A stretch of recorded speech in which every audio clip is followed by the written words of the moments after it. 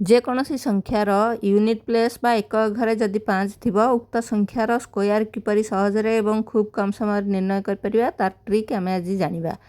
प्रथमे कोन करिबा ना उक्त संख्यार यूनिट प्लेस रे थिबा 5 रो स्क्वायर नै जिबा एवं यूनिट प्लेस को छाड़ला परे जो संख्या बळी पड़िछि से संख्या को तार परवर्ती संख्या रे गुणी करी 25 रा बाम पटे लिखिदेले आमको उक्त संख्यार स्क्वायर मिल जिवो।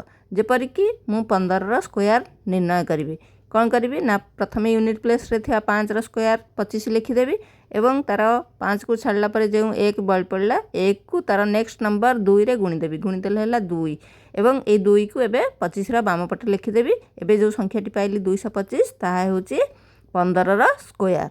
से भाई जब मुझे 45 रो स्क्वायर निर्णय करी कौन करी प्रथमे ना 5 रो स्क्वायर 25 लिखिदेवी एवं 5 को छाड़ला परे जो 4 बढ़ला 4 को तार नेक्स्ट नंबर 5 रे गुणीदेवी गुणीदेले हैला 20 एवं से 20 को 25 रो बाम पटे लिखिदेवी। जो संख्याटी पाइली 2025 ताहा होची 45 रो स्क्वायर।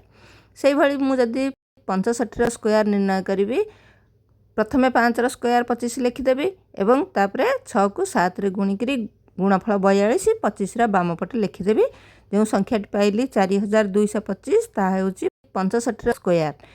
मु मन कर 135 रो स्क्वायर निर्णय करी ताले कौन करी ना प्रथमे 5 रो स्क्वायर 25 लिखिदेवी एवं 5 को छाड़ला परे जो 13 बढ़ला ताकू मु तार परवर्ती संख्या 14 रे गुणीदेवी गुणीदेले केते हला ना 13 4 52 2 रे किनला 5 13 के 13 5 18 हला केते ना 182 ताकू 25 रो बाम पटे लिखिदेवी। एबे जो पाइली मु 18225 ताहा होची 135 रो स्क्वायर।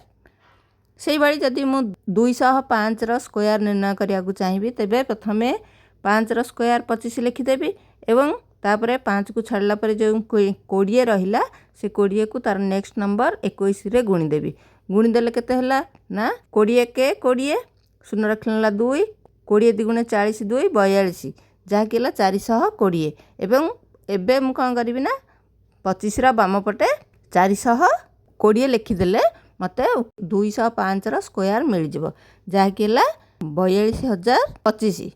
लागला ना भलो ए स्क्वायर ट्रिक या को अप्लाई करी तुम जेकोसी बड़ संख्यार स्क्वायर सहज निर्णय कर परिबो।